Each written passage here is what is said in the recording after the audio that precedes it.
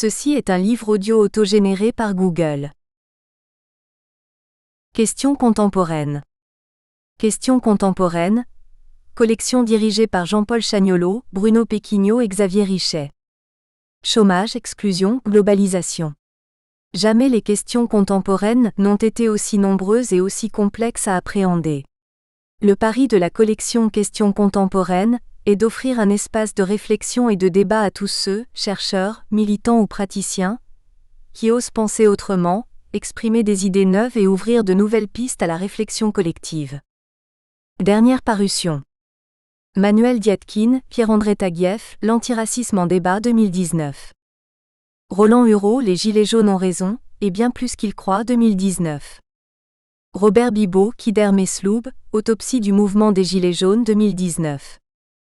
Dominique Thierry, La solidarité intergénérationnelle sur le terrain 2019. Daniel Glauser, Questionnement critique des visions dépassées du monde actuel 2019. Franck Zollec, La part de chacun dans le monde de demain, devenons grain de sable 2019. Stéphane Tessier, L'interculturalité dans le quotidien professionnel 2019. Laureline Fontaine, Lire les constitutions 2019. Michel Bourse et Halimé Youssel, Communication interculturelle, mode d'emploi 2019. Dominique Rivière, Quand surveiller c'est punir, vers un au-delà de la justice pénale, 2019. Laureline Fontaine coorde, Lire les constitutions 2019. Guy Valencien, À l'origine des sensations, des émotions et de la raison, j'aime donc je suis, 2019. Étienne Bakissi, Bien commun et démocratie pluraliste. Intérêt général et subsidiarité, 2019. Dominique Godard, Éthologie de la campagne présidentielle 2017-2019. Avant-propos. Cet ouvrage est l'aboutissement d'une recherche doctorale, née de notre confrontation à un penseur assez singulier de par la réputation qu'il a acquise au fil des siècles. Et l'idée de cette singularité a tout autant accompagné la nature de la réflexion qui jalonne ces pages. Aussi, l'intitulé de ce livre témoigne d'un souci de rompre avec une forme de tradition philosophique consistant à formuler la plupart de nos interpellations en restant attachés au domaine spéculatif. Une certaine histoire nous lie à la pensée de Nicolas Machiavel, depuis la lecture de la fameuse thèse que ce philosophe des profondeurs qu'est Claude Lefort a accordée au secrétaire de Florence, et qui avait été consacrée pendant longtemps comme interprétation des interprétations de la pensée de cette figure illustre de la Renaissance italienne. Aussi, avions-nous eu le sentiment d'être toujours restés sur notre soif en lisant la multiplicité des représentations de Machiavel et du mythe du machiavélisme. Et à l'aune des enjeux politiques du moment que révèle une lecture de la géopolitique mondiale, avions-nous senti la nécessité de pousser la curiosité afin de chercher à mieux saisir l'énigme Machiavel à travers l'actualité des événements ou réalités politiques. Auparavant, une étude universitaire portant sur le même auteur et qui était consacrée à la logique de l'action politique, nous avait confrontés à toute une analyse axée autour de la stratégie du pouvoir essentiellement assise sur le socle d'une pensée qui déroule le discours du succès politique en se fondant sur l'histoire des faits passés qui donne la clé de lecture des enjeux du moment. Ainsi, il nous a été donné de constater que, chez Machiavel, le procédé de communication rendant compte du comportement princier révèle le mystère qui entoure le succès politique. Aussi, en tant que penseur du politique, non seulement, mais en tant qu'acteur politique, secrétaire de la seconde chancellerie de Florence, le réalisme de Nicolas Machiavel est à inscrire dans cette efficacité en politique qui justifie parfois l'usage de moyens peu recommandables qu'exigent certaines circonstances. C'est ce qui consacre chez le Florentin l'expression d'une autonomie du politique, par rapport à des questions d'ordre éthique, et que sous-tend une froide analyse de ce qu'on peut appeler la nécessité politique. Ainsi, l'expression du pouvoir chez Machiavel peut se lire dans le décryptage et la revendication froide d'un certain nombre de formules ou préceptes qui, a priori, s'écartent de la morale traditionnelle, ou tout au moins de l'idée que nous nous faisons souvent de l'éthique, pour épouser des formes acceptables qui déterminent le succès politique. Ces réflexions nous installaient déjà au cœur du machiavélisme, c'est-à-dire au cœur profond de ce que la politique peut comporter de plus froid. Dès lors, notre objectif fut de relever le défi d'une histoire de la communication politique moderne qui, assez souvent, s'est saisie des enjeux du prince sans pour autant s'en réclamer directement. Partant de là, le choix de l'intitulé de notre ouvrage, Machiavel et la communication politique, répond précisément à la logique d'une analyse des modalités possibles, des interactions entre des pratiques politiques, des expressions de pouvoir, que révèle bien le discours du politique dans des occasions précises qui décrivent des enjeux, et du comportement princier tout court et des concepts et préceptes contenus dans le discours machiavélien concernant la maîtrise de l'art politique. En d'autres termes, il s'est agi ici d'analyser la logique de production de cette science nouvelle, que Machiavel inaugure et qu'on désigne sous le nom de science politique moderne, à travers le prisme d'un discours à caractère réaliste et d'un réalisme brutal même. Ainsi, même si Machiavel n'est pas un homme du concept, nous avons tenu à montrer comment son style, gouverné par la vérité effective des choses plutôt que par sa vérité idéale, a conditionné durablement la façon dont la langue politique s'écrira désormais à partir de lui, et qui justifie qu'il demeure de nos jours un penseur incontournable pour toute étude ou réflexion portant sur l'art de gouverner. Nous avons ainsi choisi de procéder dans notre analyse à une étude historique de notre sujet, en remontant aussi loin que possible le fil de la question de la communication politique et des réalités qu'elle subsume, en partant de l'Antiquité gréco-romaine, qui consacre l'ère de l'invention de la science politique, avec les philosophes et grands penseurs qui ont été les premiers artisans d'une réflexion sur la communication politique. En effet, comment ne pas penser avant tout, en parlant de communication politique, aux deux foyers au sein desquels prit naissance la science politique que sont Athènes et Rome?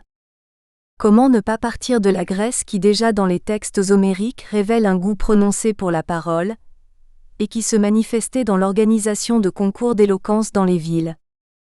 Comment ne pas penser à Octave dont le pouvoir, détenu par lui seul, évoque la théâtralisation du pouvoir, et dont le nom lui-même évoque la gloire de l'Empire romain? Ainsi se dessine bien avant l'heure ce culte de la personnalité, bien mis en évidence par Machiavel. Et si, dans notre première partie, nous avons voulu ici insister sur le rôle que l'Antiquité gréco-romaine a joué dans la communication politique, c'est en raison du fait que Machiavel a composé son opuscule en se référant assez souvent à ces exemples puisés dans les scènes de l'histoire de la science politique. En effet, Machiavel, dans Le Prince, fait souvent une référence soutenue à Rome, montrant son admiration pour certaines figures de la période illustre de cette ville de l'Italie. Cette démarche que l'on pourrait qualifier de généalogique vise à tirer parti de l'influence des anciens auxquels Machiavel se réfère souvent pour valider le discours qu'il tient sur le gouvernement des princes. De ce point de vue, notre objectif était de chercher à comprendre, à la lumière des préceptes de Machiavel, influencés par la lecture des anciens de l'Antiquité gréco-romaine, comment le pouvoir, symbolisé par le paraître princier, entre dans le processus de communication des hommes politiques, et que rehaussent admirablement jouent les médias de nos jours, l'outil, plus précisément comment la pratique politique de nos dirigeants rendue visible par l'effet des apostrophes. Une surmédiatisation emprunte les allures des prescriptions et conseils contenus dans Le Prince. Et s'il en est ainsi, c'est parce que Machiavel, grâce au discours, l'écriture, rejoue la scène du pouvoir par procuration.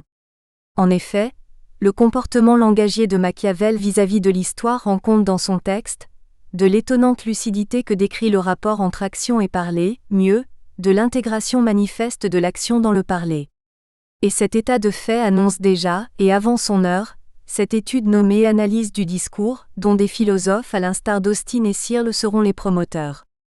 Machiavel fonde ainsi une véritable philosophie politique, si on convient que la philosophie est une pratique qui consiste à penser l'action avec une mise à distance critique permettant d'étudier les comportements pour réfléchir sur les mots et les actes, ainsi que de discerner l'invisible qui réside dans l'esprit.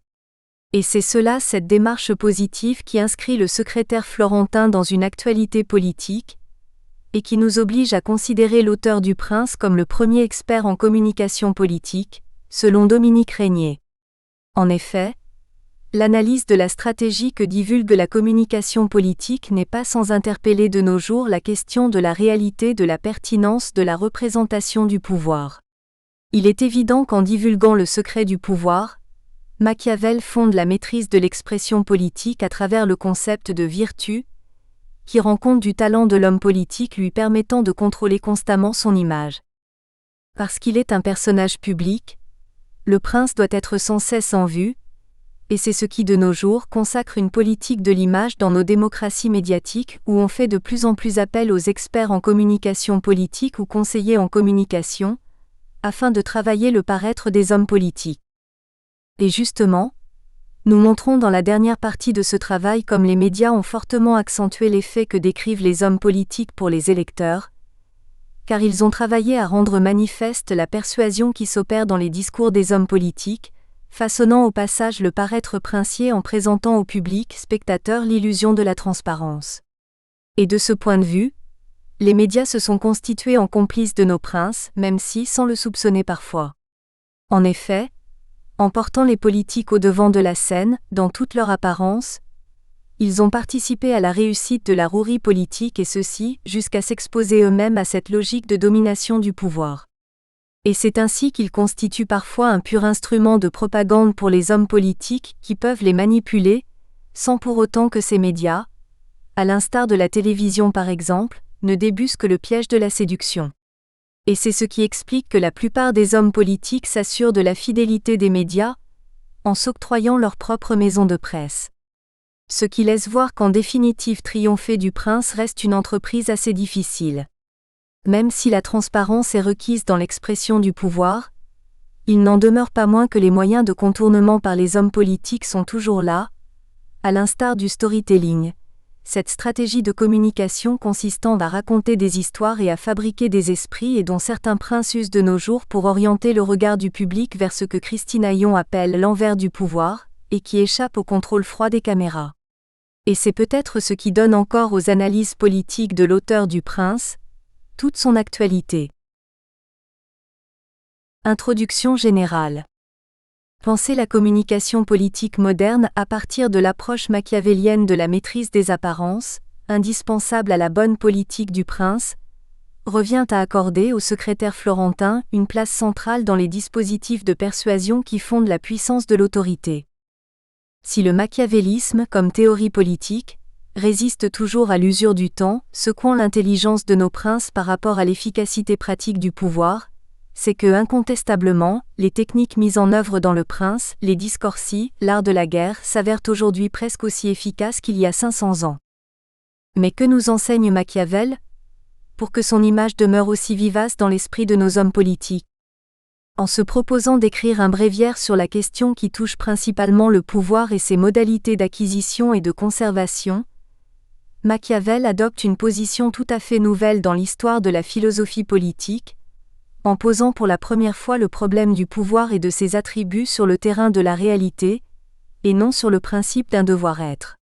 Autrement dit, avec Machiavel, la question qui touche au pouvoir et à ses réalités n'est pas perçue sous l'angle de considérations purement éthiques, tel que nous le faisait envisager Platon dans la République, mais à partie liée avec le vécu propre des hommes et avec leur histoire. C'est ainsi que, recourant à l'histoire des faits passés et présents, Machiavel arrive à établir des relations d'équivalence entre les événements et leurs résultats. Autrement dit, Machiavel part de l'étude du réel historique, en opérant des calculs de régularité, pour parvenir à des déductions qu'il fondera comme principes essentiels de sa méthode. L'expérience et la lecture du fait historique enseignent ainsi aux Florentins que la pratique du pouvoir obéit à des normes comme nous le font voir certains exemples de princes qu'a connus l'humanité. Selon Machiavel, l'histoire sert de référence à la bonne lecture du phénomène politique, eu égard au fait que c'est l'histoire qui fournit aux princes les bons et mauvais exemples utiles pour diriger. Le prince doit savoir recourir à l'histoire des faits réels du passé, pour parvenir à lire les choses in verita selon l'expression de Jean-Claude Zancarini. Il s'agit pour le prince de savoir lire la raison des choses. C'est ce qui fit reconnaître à Guichardin que pour connaître quelle espèce de gouvernement est plus ou moins bonne, il ne faut considérer en substance rien d'autre que ses effets. L'histoire enseigne à Machiavel la constance ou l'invariabilité des choses. En d'autres termes, l'analyse des événements passés lui révèle un fait majeur mais surprenant. Les hommes, dans un ordre successif, vivent la même histoire depuis l'origine, leurs expériences s'enchevêtrant dans une incroyable spirale de nécessité. Machiavel, En écrivant son traité, élabore ainsi une science de la politique et de ses artefacts fortement marqués du sceau du réalisme. La politique, selon le Florentin, doit intégrer dans son principe tous les éléments indispensables au triomphe de l'art de gouverner. Parmi les dispositifs majeurs présents dans le champ d'horizon du prince, demeure un enjeu de taille dont la parfaite maîtrise assure à celui-ci une légitimité lui garantissant l'exercice tranquille du pouvoir, et cet enjeu apparaît comme la bataille décisive de la communication. Présente tout au long de son ouvrage majeur, Le Prince, la stratégie de la communication que traduit le jeu des apparences, est l'élément catalyseur qui fonde le lien politique. La communication est donc au cœur du dispositif du pouvoir, et en cela sa maîtrise permet au prince de s'assurer un succès politique. Toutefois, l'acte de communiquer n'est pas chose facile, eu égard au fait qu'il suppose dans sa mise en œuvre un face-à-face entre celui qui communique et le récepteur. D'où le rôle primordial de l'image que doit véhiculer le prince en vue de capter l'attention du peuple. À travers ses analyses essentiellement centrées sur le pouvoir, Machiavel installe son lecteur dans une société du spectacle, où le prince assure le rôle de vedette, face à un peuple finalement subjugué devant l'attrait irrésistible, le talent faramineux et la force magnétique de son héros. Il s'agit de montrer ici de quelle manière le talent du prince devient un talent de communicant qui l'élève à l'instrumentalisation, récusant de ce fait toute reconnaissance de la pluralité des opinions, donc toute forme d'intersubjectivité, au sens où Jürgen Habermas analysera l'éthique de la discussion. Chez Machiavel, l'espace politique comporte les traits de cet univers de spectralité dont parlait Jacques Derrida, où l'on est cerné par ce qui nous entoure, en même temps qu'entouré par ce qui nous cerne. Ceci pour dire que la position du prince lui permet de poser les conditions de la communication, en détournant l'attention du peuple sur sa seule personne. Le prince devient donc le pôle unique d'initiative, d'injonction et de prescription de toute la dynamique des rapports de force de l'État. Et on comprend qu'à ce titre, la simulation soit de mise et demeure sa seule issue. Et ceci est d'autant plus vrai que Machiavel reconnaît lui-même qu'un prince nouveau ne peut tout bonnement observer toutes les qualités dignes de l'homme de bien, car il est souvent contraint pour maintenir ses états d'agir contre sa parole, contre la charité, contre la religion. La vie du prince rejoint ainsi l'image d'un opéra chez le Florentin, un opéra où la mise en scène est minutieusement organisée, selon le calcul pragmatique d'une raison supérieure consciente de ce qu'exige le cours des événements. Le prince, au plus haut sommet de la hiérarchie, est obligé de s'astreindre à une comédie qui n'est pas toujours facile, car l'enjeu qui la commande exige, dans sa réalisation, la prise en compte d'un certain nombre de règles auxquelles il est tenu pour acquérir la gloire. À partir de ce constat, et au regard de la situation politique telle qu'elle se décline dans notre monde, force est de reconnaître le rôle essentiel que jouent les médias dans les élections de nos princes. Il est évident qu'au siècle de Machiavel, le triptyque ne s'opérait pas encore entre le prince, le peuple et les médias dans la course effrénée vers le pouvoir, les organes de presse ne faisant pas encore partie du dispositif princier. Toutefois, le secrétaire florentin eut le mérite de penser la mécanique du pouvoir avec une telle clairvoyance que finalement ceux que l'on appelle aujourd'hui experts en communication politique n'ont de cesse de s'inspirer de ses préceptes. En effet, Machiavel est le premier à avoir compris, s'inspirant de l'histoire des vieilles cités, que le triomphe de l'art de gouverner passe par l'entremise d'une grande stratégie de la part du prince, ce qui lui permettra de s'assurer un destin historique, en assignant à ses actions une certaine valeur qu'il inscrira dans la postérité. Si l'on jette un regard sur l'espace politique actuel, fortement alimenté par le développement fulgurant des médias de masse, radio, télévision, Internet, etc., on ne peut pas s'empêcher de se poser la question de savoir si l'acte de gouverner ne revient pas, en définitive, en une simple maîtrise du suffrage par l'image lors des débats télévisés, ou par le don de l'éloquence du discours retransmis à la radio. En réalité, l'époque de l'entre-deux-guerres aura été la période qui marqua le mieux cet effet image que produit la fulgurance du discours, dans la vie des hommes politiques que le monde a connus, de Hitler à Mussolini, avec notamment les harangues radiophoniques du général de Gaulle et du Führer.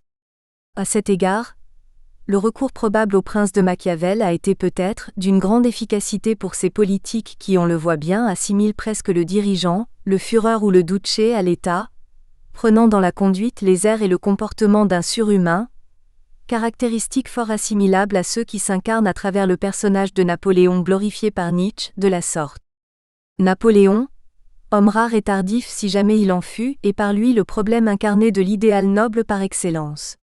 Napoléon, cette synthèse de l'inhumain et du surhumain. La stratégie de la communication politique telle qu'elle se déploie chez Machiavel occupe une part importante dans le jeu des possibles princiers, quant aux moyens de gagner l'assentiment populaire. Et c'est en cela que le travail de l'apparence par le prince que décline Jean Baudrillard, dans son analyse nietzschéenne de la vérité comme voile, demeure un enjeu de taille dans l'examen du pouvoir, enjeu dont nos experts en communication politique sont chargés de mesurer l'importance.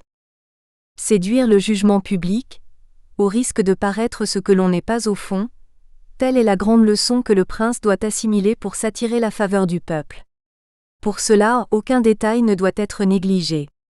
Il faut que dans le paraître du prince, les moindres sentiments et convictions personnelles soient tus, au profit d'une fiction qui engendre l'adhésion de la masse.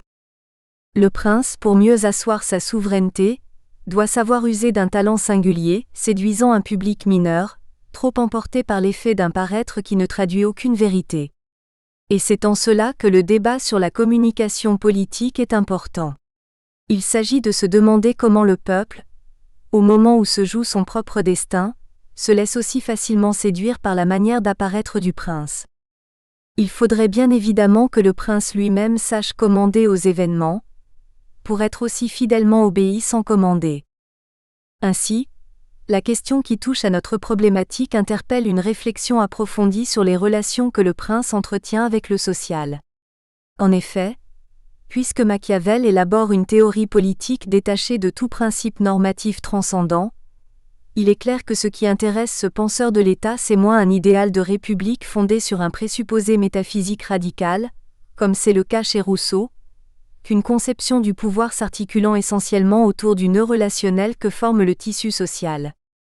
À partir de ce moment, reprenant la fameuse étude du travail de l'œuvre de Claude Lefort consacrée aux Florentins, on peut sans risque de se tromper, avancer l'affirmation qui stipule l'idée selon laquelle l'apparition du pouvoir est elle-même un moment dans l'institution du social. C'est-à-dire que la relation du prince au social semble être régie par un ensemble de lois qui s'organisent chez lui, autour de la meilleure manière de paraître pour plaire au public, ici le peuple. La maîtrise des apparences façonne à partir de ce constat tout l'être du prince. Et ce dernier en est d'autant plus conscient qu'il est obligé de paraître attentif aux préoccupations de son peuple, plutôt que d'installer la distance qui lui ferait perdre le contrôle du pouvoir. C'est à ce niveau qu'intervient un point essentiel dans l'analyse du politique chez le Florentin. L'importance de l'opinion, le jugement du public.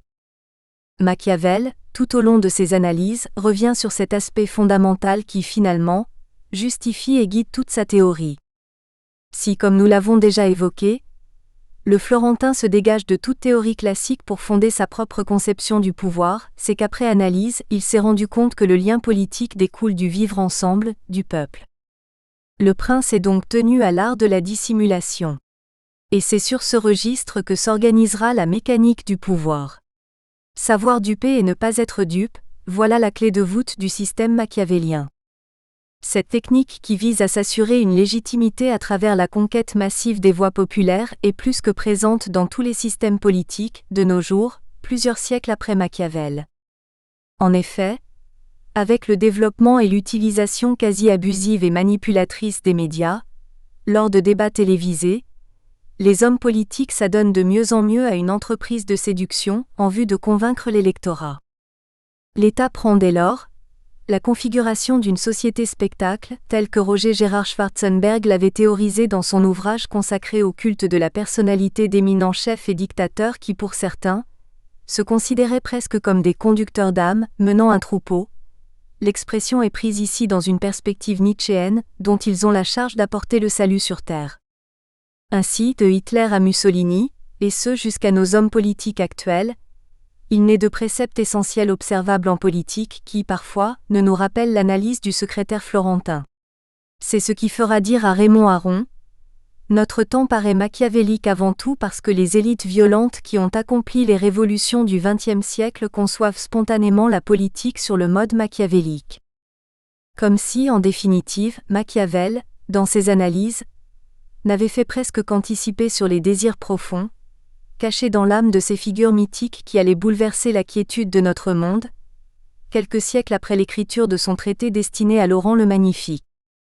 La communication politique que subsument les réflexions de l'auteur du Prince rend inaccessible le champ du politique, en installant le peuple dans un rapport de dépendance vis-à-vis du prince.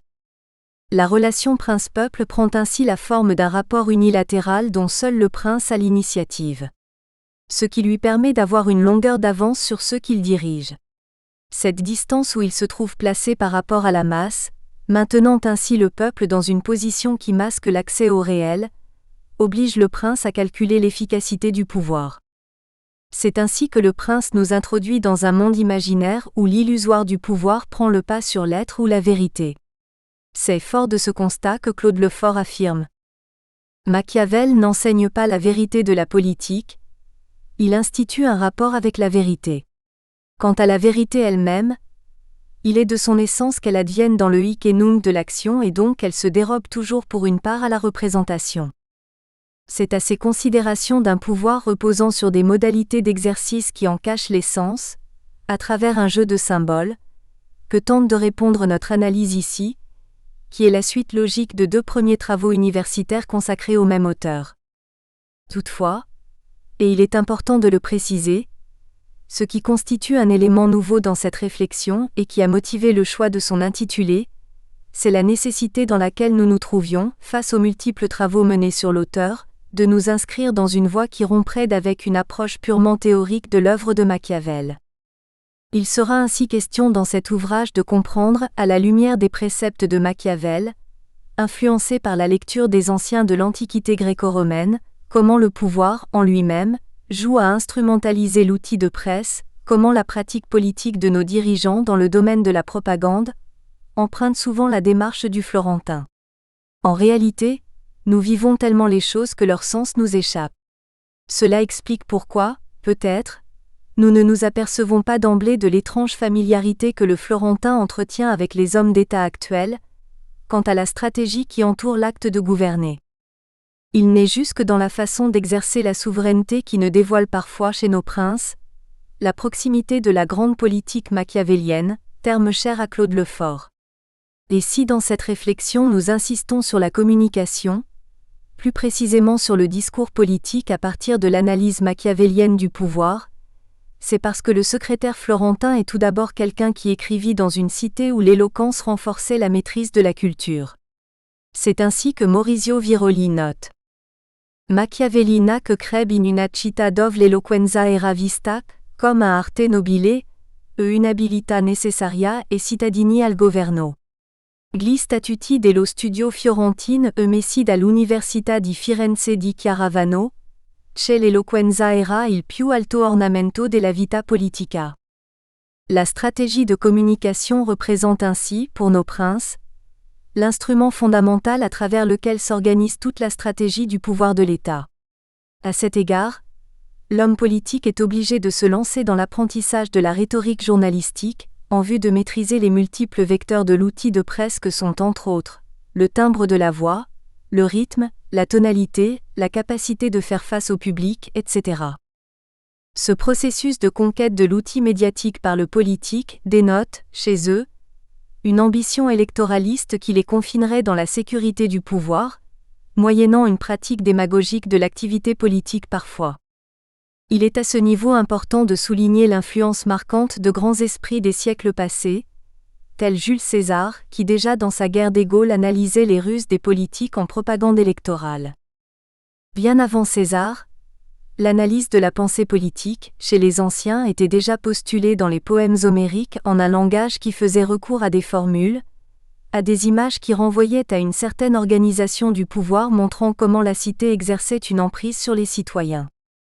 Ainsi, nous nous proposons dans la première partie de notre étude, d'axer notre réflexion sur l'histoire, en convoquant les multiples éléments qui ont contribué à asseoir une théorie de la communication politique, depuis la Grèce ancienne, que nous considérons comme le berceau de la science politique, dans la mesure où c'est en Grèce même que se constituèrent les premières théories fondatrices de l'organisation et du fonctionnement du pouvoir, dont les soubassements politiques se trouvent notamment dans l'Iliade et l'Odyssée d'Homère.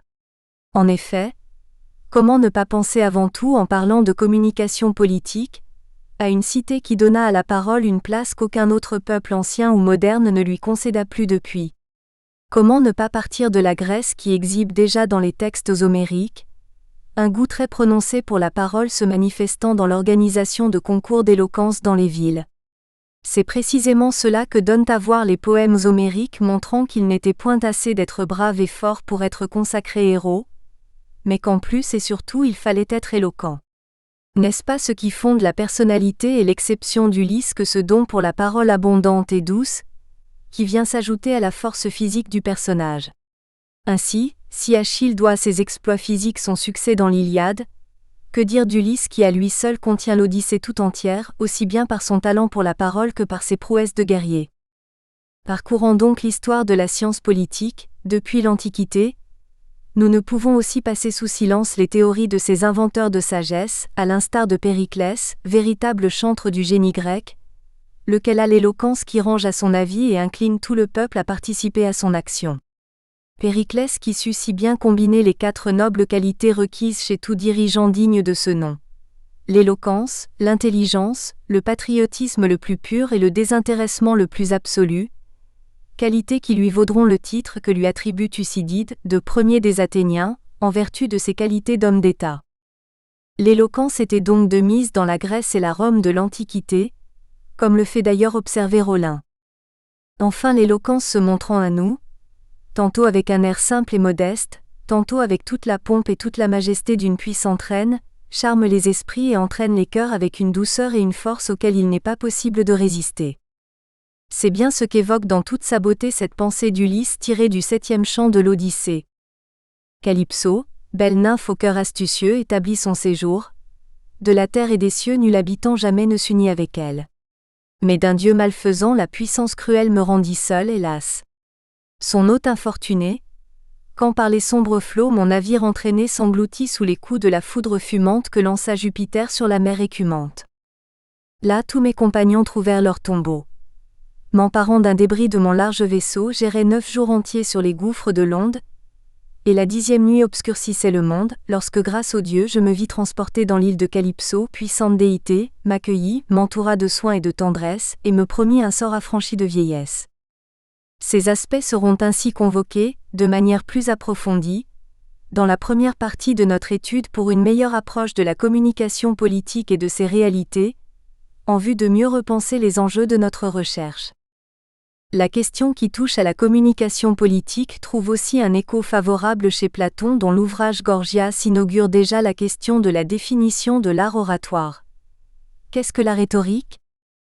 Toutefois, nous insisterons sur le fait que chez Platon, la rhétorique ne définit pas le caractère noble de la politique, ceci dans la mesure où cet art consiste à faire croire et non à faire savoir. C'est ce qui justement ressort de l'entretien que Socrate eut avec Polo, à propos de la question qui touche à la distinction entre l'art et le savoir-faire. Et si nous insistons sur Platon, à ce niveau de la réflexion, c'est pour montrer en quoi consiste l'exception de la pensée machiavélienne, dans le cadre de l'analyse politique, et dans quelle mesure le penseur florentin introduit une nouveauté dans le champ de la théorie de la communication politique, en rompant d'avec les vues platoniciennes visant un arrière-monde où la vertu et la justice trouvent leur véritable fondement, et de ce point de vue commande tout l'être du politique, homme de bien et de sagesse dont le caractère est apostrophe, éloigne des faux-semblants de la démagogie. Cette conception classique de la politique vient du fait que la plupart des anciens voyaient précisément la nature humaine telle qu'elle devrait être, pour garantir le bien-être de toute la cité, et non telle qu'elle se révèle dans sa réalité. Quant à Machiavel, sa particularité consiste tout d'abord à définir la politique comme un champ d'action et d'analyse autonome sur lequel la morale n'a aucune prise. Et c'est dans ce sens que, de l'avis d'Althusser, le secrétaire florentin déclenche une véritable révolution dans le mode de pensée, débouchant plus tard sur cette conception de fondateur de la science politique moderne, qui lui vaudra tant d'inimitié. Et si l'analyse de cette rupture qu'introduit le florentin dans le domaine de l'analyse politique nous semble importante dans ce travail, c'est en raison du fait que, perdant son caractère sacré, le pouvoir est devenu un simple phénomène social qu'il convient d'étudier objectivement, de la même manière qu'on étudie de nos jours certains de ces mécanismes, comme la communication politique. Et c'est à ce niveau que nous entrevoyons ici le lien entre Machiavel et la communication politique moderne et contemporaine, ceci dans la mesure où le Florentin inscrivant le succès politique dans l'observation de la nature des hommes, fonde ainsi une anthropologie politique que sous-tendent la force et la ruse auxquelles vient s'ajouter nécessairement la vertu, qui est la capacité du prince de faire infléchir le sort, dans un sens qui lui serait favorable. C'est précisément cette analyse machiavélienne de la mécanique du pouvoir qui a longtemps commandé les rapports gouvernant-gouvernés, quelques siècles après l'écriture du Prince. Nous envisagerons tout au long de cette analyse, plus particulièrement en sa deuxième partie, ce qu'il conviendra d'appeler le moment machiavélien, pour parler de l'ère qui inaugure cette moralisation de la nécessité, dont parle Pémanent, qu'un siècle après le Florentin Hobbes reprendra dans une perspective tout aussi réaliste dans son ouvrage Léviathan. Ceci nous permettra de voir plus nettement comment, à travers la théorie du pouvoir, le Florentin assigne à la politique un certain nombre de tâches qui relèvent essentiellement du politique. Ainsi, à partir de Machiavel, nous analyserons l'émergence de l'État moderne, du réalisme politique qui fonde la souveraineté absolue que subsume une séduction du sujet, maître du politique. Aussi, si la lecture de Machiavel constitue un véritable défi et surtout un enjeu pour le chercheur que nous sommes, c'est bien parce que le Florentin a pratiqué un art de la communication qui n'a cessé d'influencer le terrain politique. Et jusque dans la Révolution française, nous avons noté certaines résonances assez saisissantes du reste entre les penseurs jacobins et l'auteur du Prince, en particulier dans les analyses de la violence que subsume cette terreur, élevée en nécessité révolutionnaire par Marat, et qui s'assimile presque à la contrainte des circonstances qu'évoque le secrétaire de Florence dans son analyse de la politique. Et si Saint-Just reconnaît qu'on ne gouverne pas innocemment, avant que Robespierre ne renchérisse. Tout gouvernement est un acte de mort. Ceci n'est pas sans nous faire penser à certains préceptes machiavéliens, même si parmi les grands principes de la Révolution on retrouve la droiture, la liberté, la morale, la paix et la concorde. Et cette étrange familiarité entre Machiavel et la Révolution est d'autant plus surprenante que Robespierre donne à la France une religion naturelle, imitant en cela Moïse en égorgeant ses ennemis. C'est lui qui entraîne Louis XVI dans le tombeau, ainsi que Danton et les hébertistes. C'est peut-être ce qui oblige Louis Althusser, s'inspirant de Gramsci, à évoquer l'empreinte révolutionnaire de la pensée de Machiavel en avançant. Machiavel a bien conçu la tâche révolutionnaire qui était à l'ordre du jour, la constitution de l'État national. Ce qui nous intéresse ici, c'est surtout de montrer comment Machiavel est parvenu à tourner le regard politique vers le présent, voulant agir par le discours, et en ce sens le secrétaire florentin produit un discours à caractère performatif. Et c'est surtout cela qui frappe à la lecture du Prince, cette capacité à faire de l'action le pivot du rêve inscrit dans la fulgurance d'un discours qui consacre son auteur, expert de la politique. À partir de Machiavel, nous analyserons comment s'est faite l'ébauche d'une histoire de la communication politique, dans un siècle où ni la radio ni la télévision n'avaient vu le jour, mais où l'incarnation du pouvoir relevait de l'intelligence du prince qui, dans la conduite du pouvoir, intègre des lois psychologiques générales l'obligeant à passer une sorte de contrat symbolique. L'expression est de Andreas Lang avec le peuple. Cet arsenal communicationnel du prince a fait l'objet d'une exploitation manipulatrice et abusive par d'éminents politiques qui, usant du lot de modernisme effréné du XXe siècle, naissance de la radio et plus tard de la télévision, traduisent les préceptes de Machiavel à travers des messages diffusés sous forme de harangues et d'images, pour mieux capter l'attention du peuple et exercer ainsi une influence sur la presse. Toutefois, il nous semblera pertinent tout au long de notre analyse, de nous poser la question de savoir si l'utilisation machiavélienne des organes de presse par les politiques ne se heurte pas de nos jours à l'éveil de conscience des masses qui, pour des questions d'intérêt général, soumettent l'autorité à l'appréciation critique des citoyens, pour parvenir à lire les véritables intentions stratégiques que dissimule le pouvoir. Nous verrons ainsi, dans la troisième et dernière partie de notre réflexion, si le monopole de la presse par les hommes politiques n'entre pas en conflit, de nos jours, avec le développement chez les masses d'une opinion de plus en plus critique. La question nous semble d'autant plus pertinente qu'aujourd'hui, avec le déploiement des moyens de communication, on assiste à une circulation de la parole qui s'opère par voie de presse. Et cette réalité n'est pas sans contraindre le droit de parole conféré aux gouvernants et qui intègre toute une forme de représentation symbolique. De ce point de vue, ne peut-on pas entrevoir ou en tout cas envisager l'éventualité d'une limite du champ d'expansion du machiavélisme en politique ? Toutefois, nous nous intéresserons à certaines techniques de communication modernes, comme le storytelling, rendu célèbre par Christian Salmon, afin d'analyser la stratégie de diffusion des mots du pouvoir qui intègre toujours cette ruse par l'image savamment travaillée par la personne du prince et qui de nos jours est mise en scène par nos dirigeants actuels. Et cet effet que produit un discours conscient des enjeux du pouvoir et surtout de la dose d'artefacts que commande tout acte de parole politique, n'est-il pas la meilleure affirmation de l'ancrage de nos hommes politiques modernes dans la réalité des analyses de Nicolas Machiavel ? Première partie. Des origines de la science politique à la fin des illusions.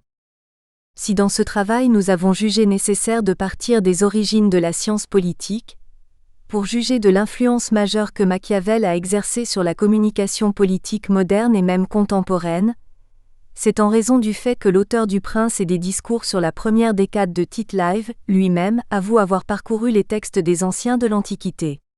Ceux-ci furent les premiers concepteurs du domaine que l'on identifie à notre époque comme étant celui de l'analyse politique, les premiers qui ont contribué à donner naissance à une véritable cité dotée d'une organisation politique avec ses règles et lois propres. Parler du thème de la communication politique requiert ainsi, nécessairement, que l'on se penche sur deux foyers de la parole que sont la Grèce et Rome. En Grèce continentale, notamment à Athènes, on assista en fait à l'émergence d'une cité en pleine expansion, avec la longue domination de la vie politique par Périclès, 30 années. Celui-ci réussit une démocratie dans les faits, en sa qualité de stratège qui sut lutter et ruser afin d'imposer son prestige. Et les textes de Thucydide que Machiavel cite beaucoup dans Le Prince, ainsi que ceux d'Hérodote, témoignent assez de l'attachement viscéral que Périclès avouait aux exigences de la cité. Si Athènes demeure un exemple capital dans ce travail, c'est parce qu'avant tout la démocratie athénienne repose sur la parole. Athènes est en réalité une cité de la parole. Et dans cette forme de démocratie athénienne, chacun était amené à se prononcer sur les problèmes de la cité, en s'exprimant en public, ce qui n'était pas chose aisée et demandait des compétences énonciatives et interlocutives. En effet, l'aptitude à la prise de parole dans l'espace politique grec supposait un apprentissage soutenu en vue d'une maîtrise parfaite de l'art oratoire. Et c'est en raison de cela que l'on faisait appel aux sophistes, maîtres dans l'art de communiquer, qui étaient chargés d'enseigner les techniques rhétoriques. Maîtres du beau langage, ces rhéteurs prétendaient pouvoir persuader leurs vis-à-vis à propos de n'importe quelle question, par la belle parole. Il s'agissait ainsi d'apprendre aux gens à discuter, et surtout à se défendre avec pertinence. Et ceci se comprend, car la plupart des sophistes étaient considérés comme des sortes d'avocats avant l'heure. Cette profession n'était pas instituée à l'époque, à Athènes, et les citoyens devaient se défendre seuls au tribunal. On ne peut pas aussi parler de communication et passer sous silence Rome, où c'est le discours qui domine, avec la figure de Cicéron ainsi que son comportement devant le Sénat. Mais il faut dire que ce sont les Grecs qui ont donné aux Romains le principal outil de communication qu'est la rhétorique, comme base d'une mise en scène du pouvoir. Mais là s'arrête le legs grec, car les Romains fondent la res publica, concept qui pose déjà les bases de la philosophie politique. Et avec l'avènement de l'Empire suite à l'assassinat de Jules César et la prise du pouvoir par son neveu Octave, nous assistons déjà à la parole du pouvoir par celui-là même qui se fit appeler impérator par ses troupes, et qui a été consacré du titre d'Augustus, Auguste signifiant « celui dont la parole a force d'augure ». Nous sommes ainsi au cœur de notre sujet car avec Auguste, la politique astucieuse est déjà écrite, avec comme soubassement la violence alliée à la ruse qui dénote d'une habileté sans conteste, nous faisant penser au machiavélisme avant l'heure. De ce point de vue, la longue observation des choses du monde par la lecture des anciens, constitue véritablement la source d'inspiration de Machiavel qui inaugurera plus tard le discours ouvrant sur la science politique moderne. Et ce discours prend naissance dans une cité d'intellectuels, Florence, dans une ère culturelle nourrie par l'humanisme, période pendant laquelle la formation d'une parole légitime impose une attention grandissante à l'égard du monde des livres et donc de la lecture. Chapitre 1 Une source de taille, l'Antiquité gréco-romaine et l'invention de la science politique. Lorsqu'on aborde la question de la communication, de manière générale, l'on se trouve d'emblée confronté à la nécessité de remonter à l'époque classique, plus précisément à l'Antiquité gréco-romaine qui, à notre avis, témoigne déjà de l'importance attribuée à la parole, spécialement à la parole politique. En effet, ce qui se joue pendant cette époque classique, c'est l'éloquence. De ce point de vue, le domaine politique sera surtout vu sous l'angle d'une scène qui consacre pour ses acteurs l'aptitude à la parole, le don de l'éloquence. Et c'est ainsi qu'en Grèce, avec le triomphe de la rhétorique, nous assisterons à une conception de la politique qui se dessine déjà nettement dans certains écrits comme ceux de Platon qui consacrent cette importance accordée à la parole, à l'instar de l'Apologie de Socrate, qui en présentant le procès du maître de la philosophie, montre par la même occasion le triomphe de l'opinion par l'usage de la rhétorique. Et pour ce qui touche à l'espace romain, il convient de noter que cette même force de la parole notée en Grèce y aura un écho favorable, si on se réfère à ces pionniers de l'éloquence que furent Cicéron et Caton entre autres. Aussi, il convient ici d'attirer l'attention sur le fait que si ces deux foyers nous intéressent dans le cadre de notre analyse, c'est bien en raison du fait qu'au-delà de cette importance de la parole évoquée, l'espace politique gréco-romain a surtout constitué une scène du pouvoir, un lieu où se déploie un aspect de la théâtralité du pouvoir. A. La Grèce et la naissance de la science politique. À première vue, on ne peut pas analyser le thème de la communication politique, chez Machiavel, sans toutefois d'abord jeter un regard précis sur ce qui avait déjà été pensé par ses prédécesseurs dans ce domaine. Si, comme l'écrivait Jean-Jacques Rousseau dans ses Confessions livre 9, tout tient radicalement à la politique, il est de ce fait évident qu'une pensée de la politique ne peut ignorer le terrain qu'il a vu naître dans ses fondements les plus solides depuis l'Antiquité. Ce terrain, c'est par excellence la cité dans laquelle est né ce qui s'appellera plus tard démocratie, Athènes. S'il est nécessaire d'insister ici sur Athènes, c'est en vue de montrer l'importance de la sophistique. En effet, les sophistes dans l'espace de la politique antique étaient considérés comme des sortes d'experts en communication politique, pour le dire en langage d'aujourd'hui.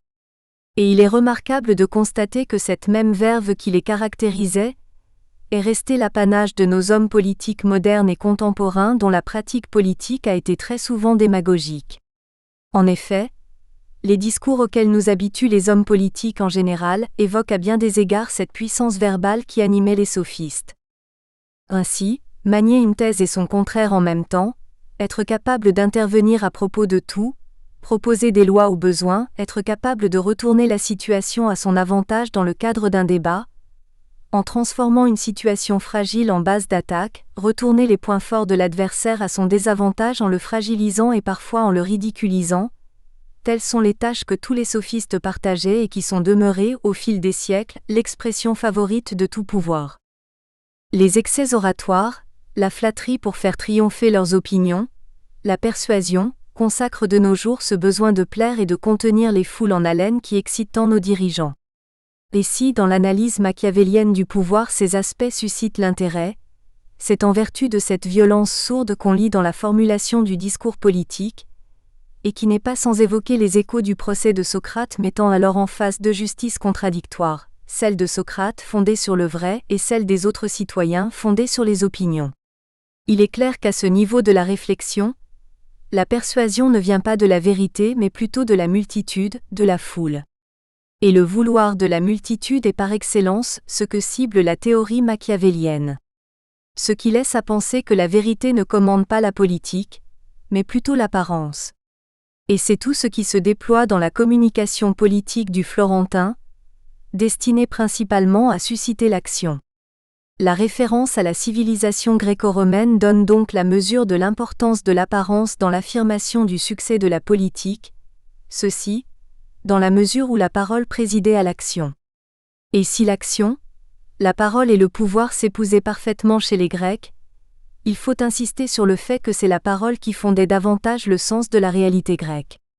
En effet, Le système grec de la polie met l'accent sur le langage comme élément de persuasion, plutôt que comme manière spécifiquement humaine de répondre, de répliquer, de se mesurer aux événements ou aux actes, de l'avis d'Hannah Arendt.